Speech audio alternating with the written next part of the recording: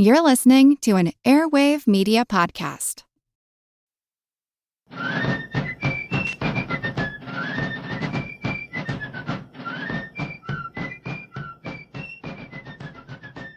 Hello, and thank you for joining the American Revolution. This week, episode 272, Chasing the Swamp Fox. Well, we've been away from the Southern Command for the last few episodes.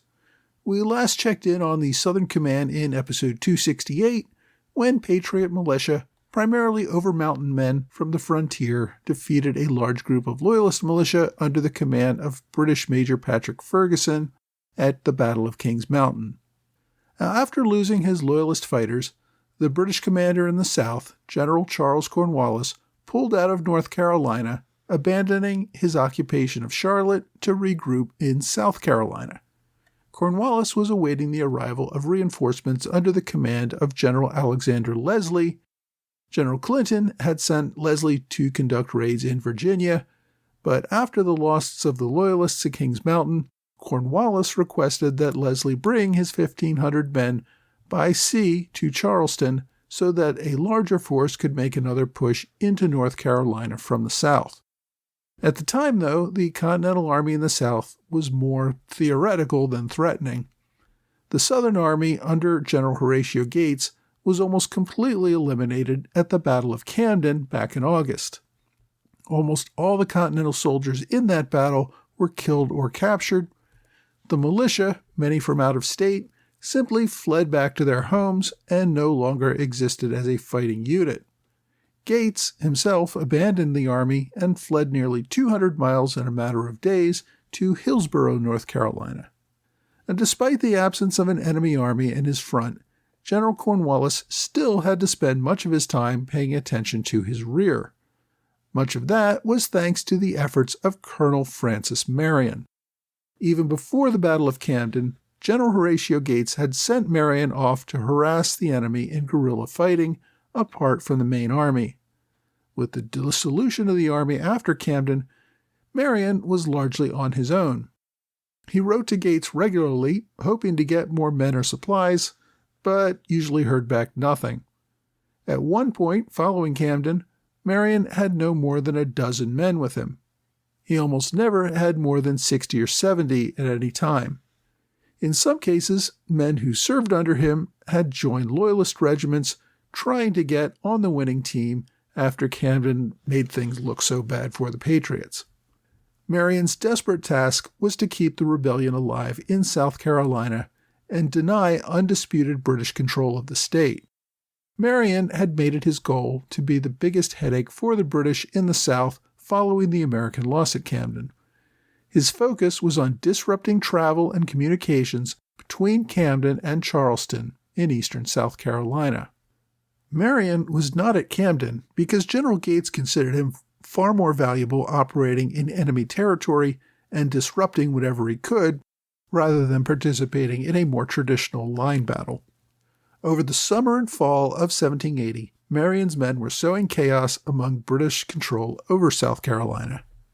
Marion began his post-Camden campaign by capturing a British detail that was escorting American prisoners from the Battle of Camden.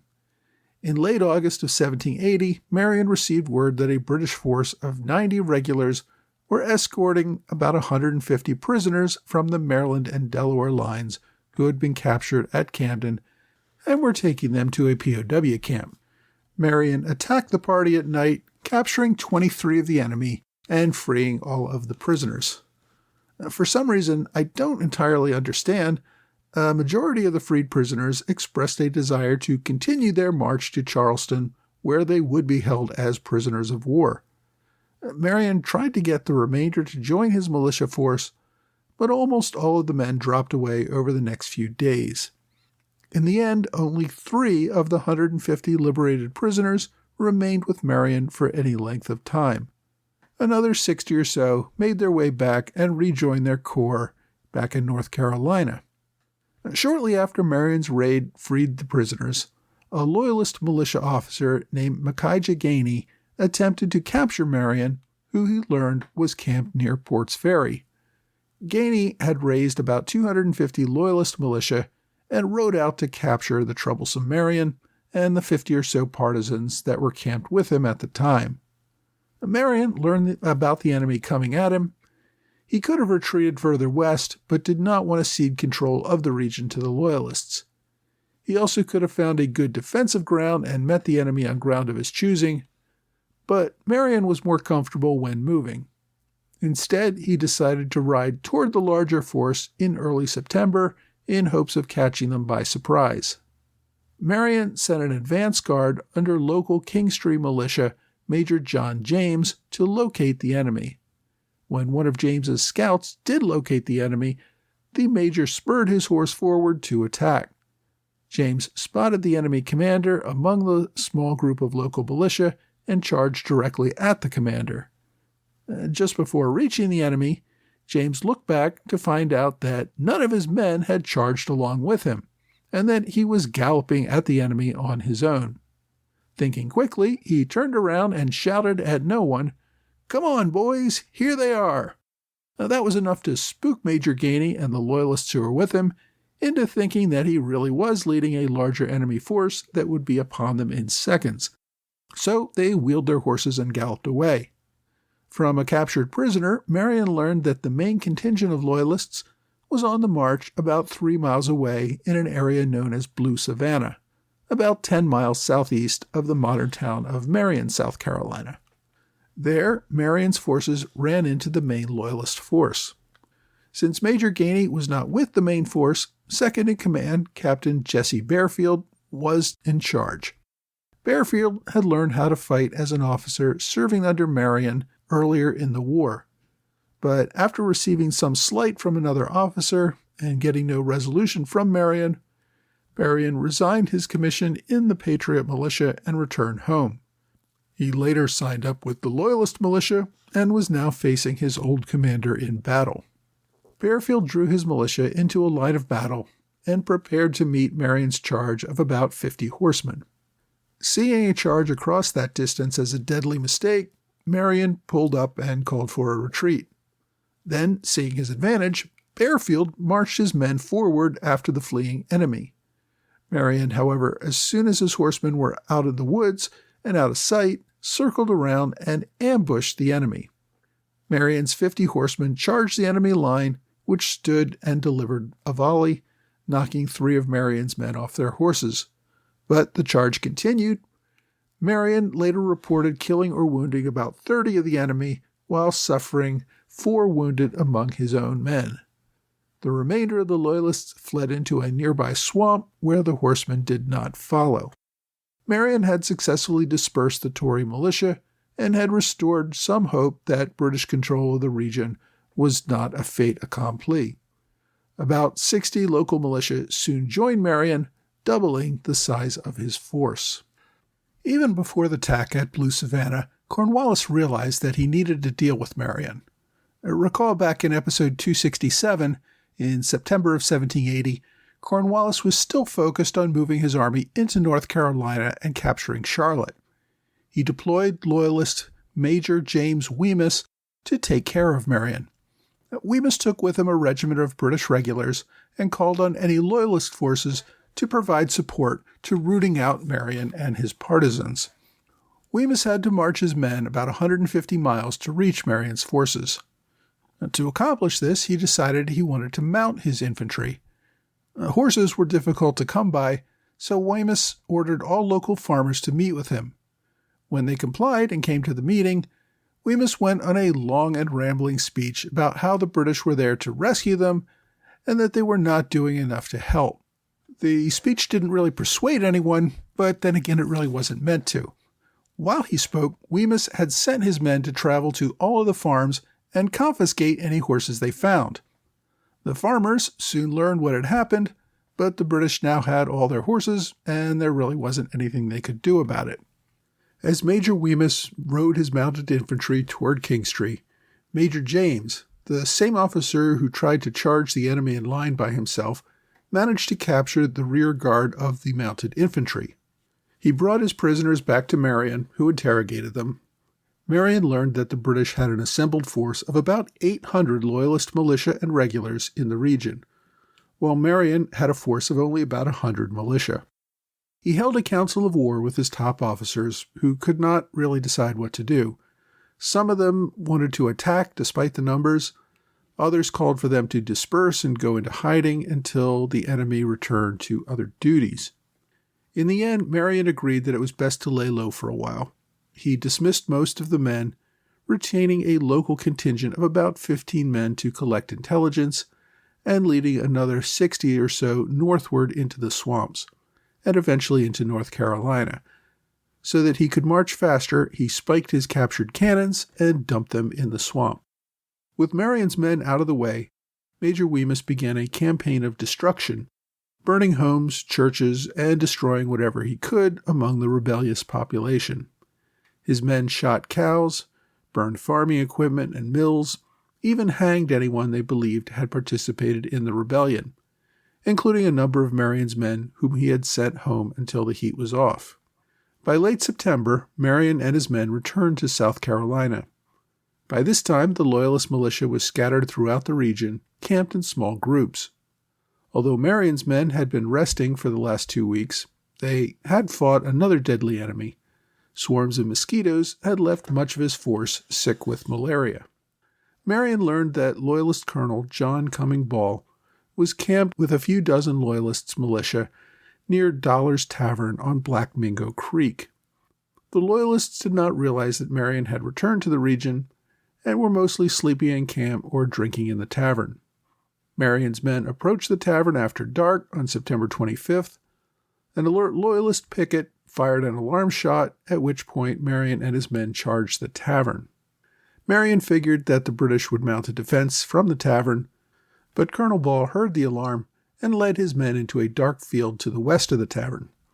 A contingent of Marion's force under Militia Lieutenant Colonel Hugh Horry was marching toward the tavern when they unknowingly marched in front of Ball's hidden Loyalists. The Loyalists fired a deadly volley from about 30 yards away, taking down 3 of Horry's officers. The rest of Marion's force quickly realized the enemy was in the woods near the tavern and moved to intercept them. A short fight ensued as the Loyalists retreated into nearby Black Mingo Swamp. The Patriots had managed to kill or wound 3 of the enemy and captured or wounded another 13, taking 2 killed and 8 wounded from among their own. Most of the Loyalists had escaped, but lost their guns, horses, and supplies to the enemy. Now, following the victory at Black Mingo Creek, many of Marion's men wanted to return home and check on their farms. The Loyalists had burned so many homes that the men needed to see their families. Once again, Marion's force dwindled to about 60 men. About a week later, in early October, Marion's men moved on to Georgetown, a coastal town which, at the time, had the second largest population in the state, behind only Charleston. A few days earlier, the British had a contingent of about 250 regulars and militia at Georgetown, but almost the entire force had marched off for Camden in late September, just a few days after Marion had attacked the Loyalists at Black Mingo. This was when Cornwallis was still trying to secure North Carolina by taking Charlotte, and just about the same time that the Over-Mountain men were attacking the Loyalists at Kings Mountain. The British had left a small garrison at Georgetown. While Marion's attacking force was larger, the garrison had a good defensive position that Marion could not take without cannon. Marion also knew that if he hung around too long, that reinforcements would arrive for the enemy and drive him out. So instead of attacking, Marion paraded his men down Main Street, just to show that the British were not in control. He captured several prominent Loyalists in town, who he immediately paroled and allowed to return to their homes. His men then rode off with some of the horses and supplies that they captured from the garrison. A few weeks later, Marion learned of a Tory militia group commanded by Colonel Samuel Tynes, about 50 miles to his west, at a place called Tiercote Swamp.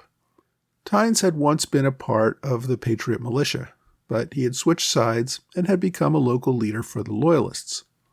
As Marion moved to catch up with Colonel Tynes, he managed to recruit militia for the action, bringing his numbers back up to around 150 men, still smaller than the 200-man Tory force that he planned to attack. Despite their numbers, on October 25th, Marion's attackers managed to surprise the Loyalist militia camped at Tiercote Swamp.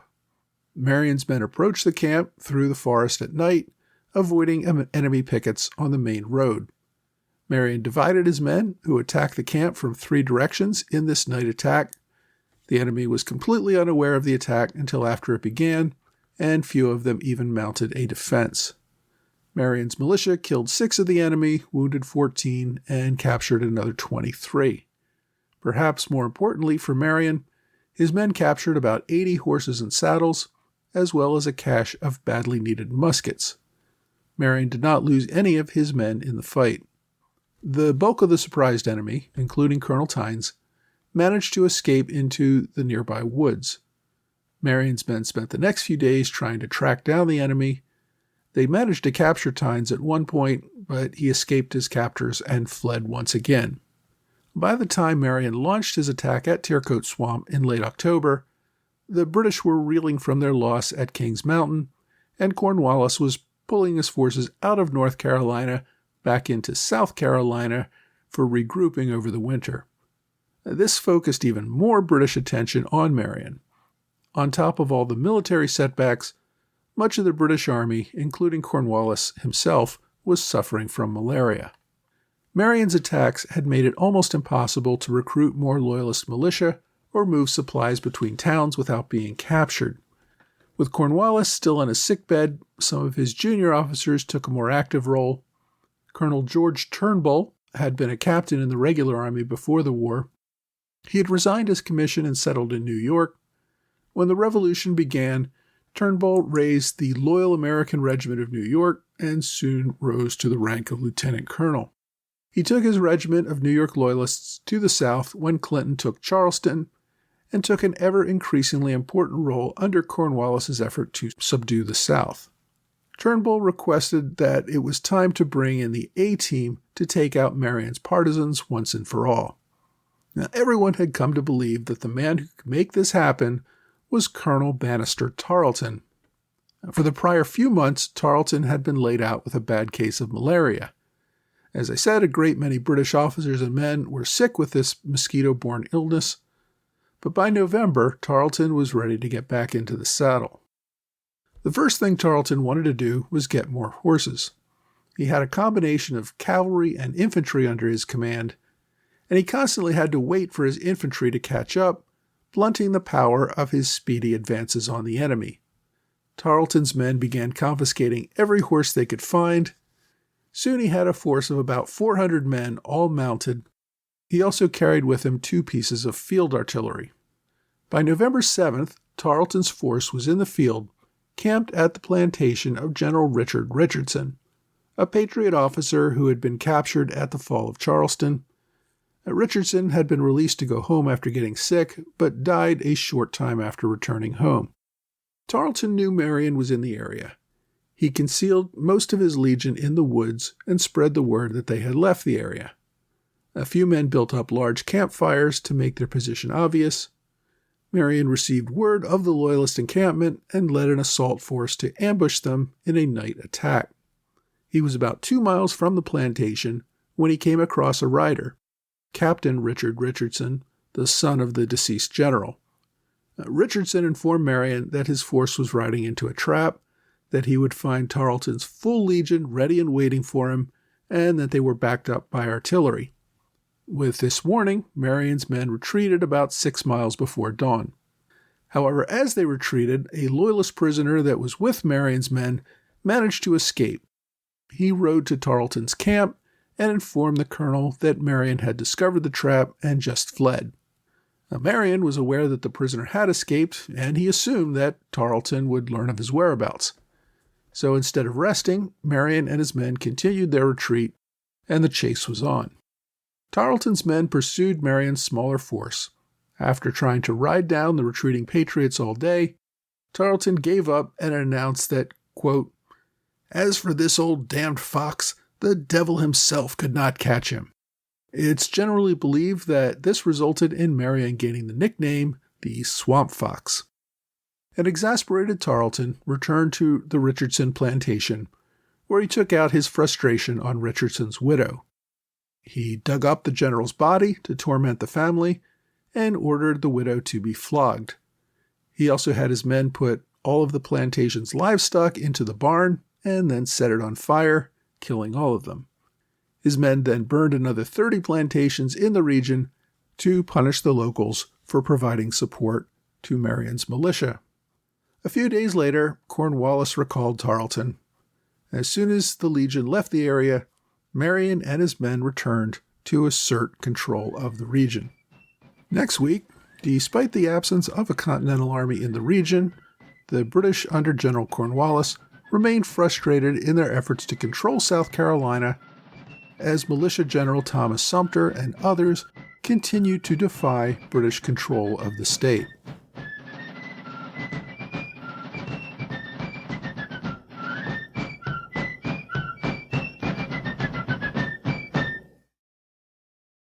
Hey, thanks for joining the American Revolution Podcast After Show. Thanks to my Patreon supporters in the Alexander Hamilton Club, George Davis, Mike Hager, and Michael Gaylord, and to Robert Morris Circle supporters Lee Seam, Michael Mulhern, and TJ Walker. Welcome also to Justin Scarpacci, who joined the podcast on Patreon at the Privy Council level, and to Patrick Toft, Mario Sacchetti, James Matisek, Henry Hazel, and Colton Kinzer, who joined last month at the Standard Bearer level. You can all look forward to receiving your first monthly magnet later this month.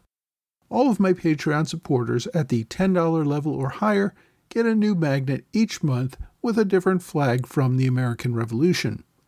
Thanks also to Michael Anzalone, Peter J. Rogers Jr., and Ann Martin for one-time gifts via PayPal or Venmo. All of your support helps me to cover the costs of running this podcast, and I very much appreciate it. One quick correction this week.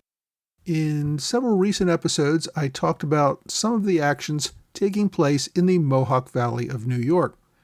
I referred to the region as Schoharie. Robert Pulsifer wrote to correct my pronunciation of the region. It should be Schoharie, not Schoharie. Thanks for the correction, Robert. I will try to pronounce it more accurately in the future. And I do appreciate these corrections, as I'm always working to improve wherever I can. This week, we went over some of the efforts of Colonel Francis Marion, also known as the Swamp Fox. Marion's deeds have been pretty well documented. He's been a popular topic in many children's books as well as a few adult books. I probably had my first introduction to him on Walt Disney's episodes of The Swamp Fox starring Leslie Nielsen. Marion's story of an underdog fighting almost Robin Hood style against British occupiers really does make for a great adventure story, and many authors have used it as such. Even though many of the stories have been a bit fictionalized, the true story of Marion is an important one. Many at the time, including Washington himself, often thought that militia were worse than useless. They were often not cool under fire and could not stand in sustained combat. But Marion's guerrilla actions were a critical distraction to the British. It played an important role in delaying Cornwallis from moving northward and also kept alive the cause in South Carolina. It encouraged many people who were prepared to give up and accept British rule in the South to keep that necessary spark of hope alive and continue the fight. The story of the Swamp Fox and those who followed him is the story of Americans who would not be ruled against their will. They were willing to put their lives on the line, and they would wage a guerrilla war to prevent the British Army and its loyalist allies from asserting control. I've already recommended another Marion biography in an earlier episode, but there are quite a few good ones out there, so I have no hesitation about recommending another one today. Now, this is one I hadn't read until recently, but I very much enjoyed it. It's called Swamp Fox, The Life and Campaigns of General Francis Marion by Robert Duncan Bass. This is an older book. It was first published in 1959. Bass, however, is a serious author. He was a college professor who wrote several books related to the American Revolution in South Carolina. His book on Marion is not terribly long. The edition I have is just under 250 pages, not counting notes and index. It's not really a true biography because almost the entire book covers just his wartime exploits. not his entire life. They're summarized at the beginning and the end. But that, of course, is the most interesting part of Marion's life to most people, and this does a good job of covering Francis Marion's wartime years. So if you're looking for a good book about Francis Marion and his time in the American Revolution, Bass's Swamp Fox is a great choice. Now, if you haven't already guessed, my online recommendation is Disney's The Swamp Fox, starring Leslie Nielsen. This is the one I said I watched as a kid, really got me interested in Francis Marion and probably to some extent the American Revolution in general. You can watch the original episodes of Disney's The Swamp Fox. They were made in the late 50s and early 60s and are available on YouTube. Now, of course, the story is a bit fictionalized, but it's a fun show to watch. And until someone can make a new and better movie about Francis Marion, I guess this one's going to have to do. And I do find it enjoyable. Don't watch it for historical accuracy. Do watch it because it's an enjoyable story. I suppose you could compare it to the fictionalized stories that Disney did of Robin Hood or Zorro. But the story of the Swamp Fox, of course, is set in the American Revolution, the era we've all come to love and enjoy. So if you get a chance, check out Disney's The Swamp Fox. As I said, it's available on YouTube, may be available elsewhere, but I find it there and it's enjoyable to watch. My question this week asks, what were the primary grievances of the American colonists that led to the outbreak of the Revolutionary War?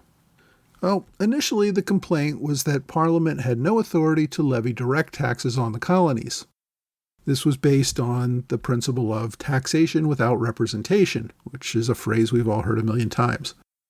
Now, contrary to popular belief, the fight was not over taxes being too high, and many people like to point out taxes in the American colonies were actually lower than they were in Britain.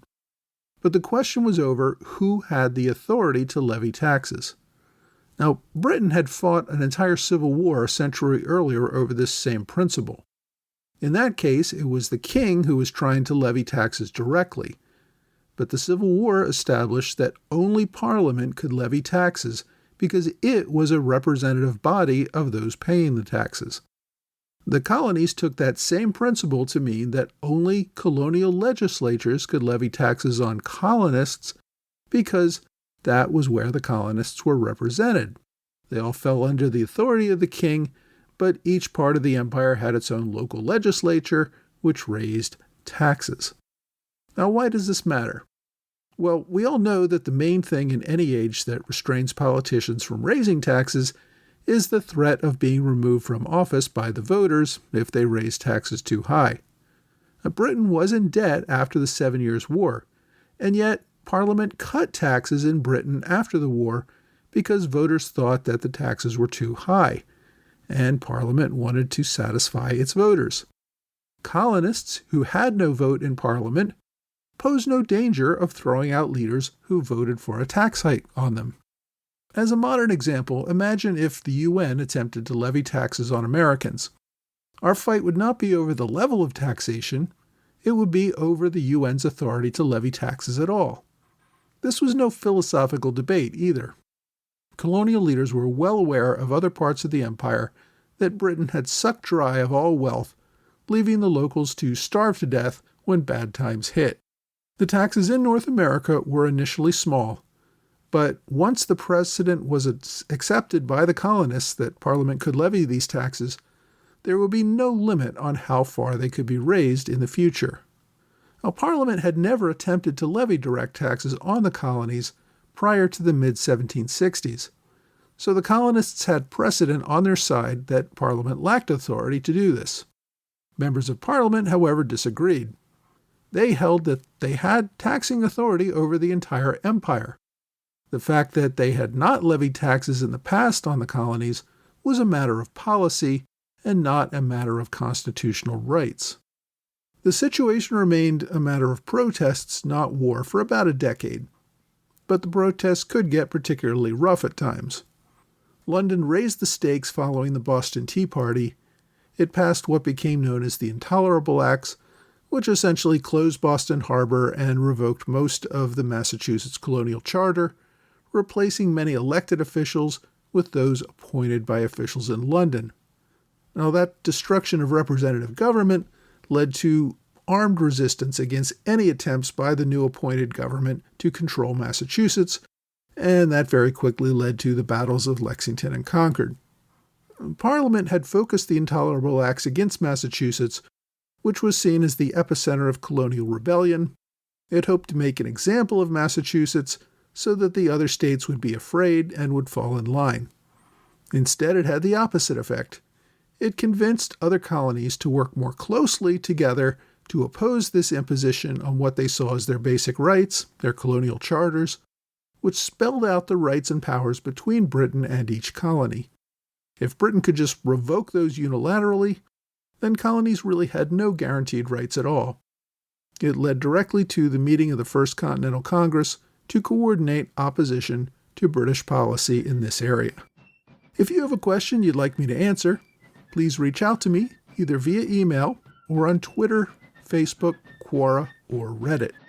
Well, that's all for this time. I hope you will join me again next time for another American Revolution podcast.